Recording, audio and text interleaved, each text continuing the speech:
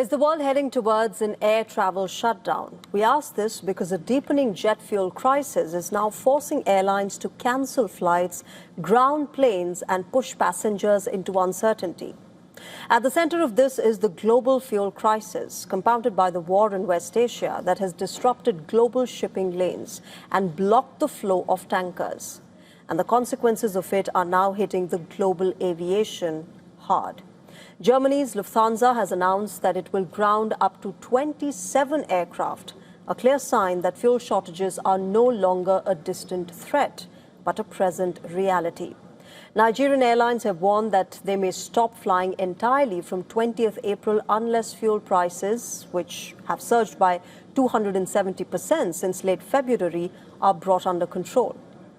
Airlines for Europe, representing airlines like Air France, KLM, Lufthansa and Ryanair, are all demanding real-time data from European Union on fuel stocks.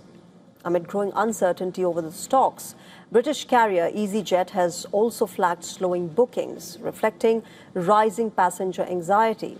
In fact, across regions, carriers are reportedly cancelling routes, scaling back operations and preparing for deeper cuts. Australian carrier Qantas has decided to temporarily halt 4 regional routes, while Malaysian airline AirAsia X has already cut 10% of flights across its group. In the Asia-Pacific region, Air New Zealand is scaling down operations through May and June, and Hong Kong-based Cathay Pacific will reduce flights between mid-May and June end.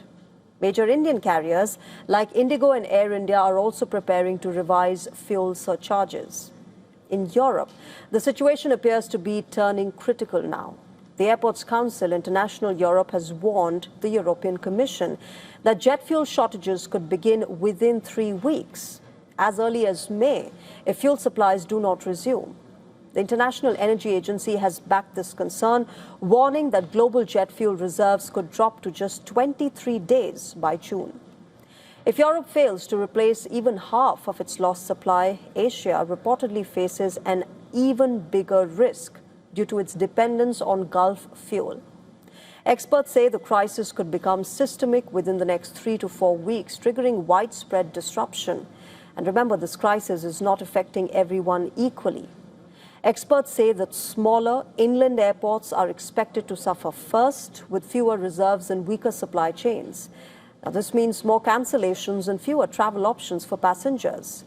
With the peak summer travel season approaching, remember, millions of airline passengers now face the risk of disrupted plans.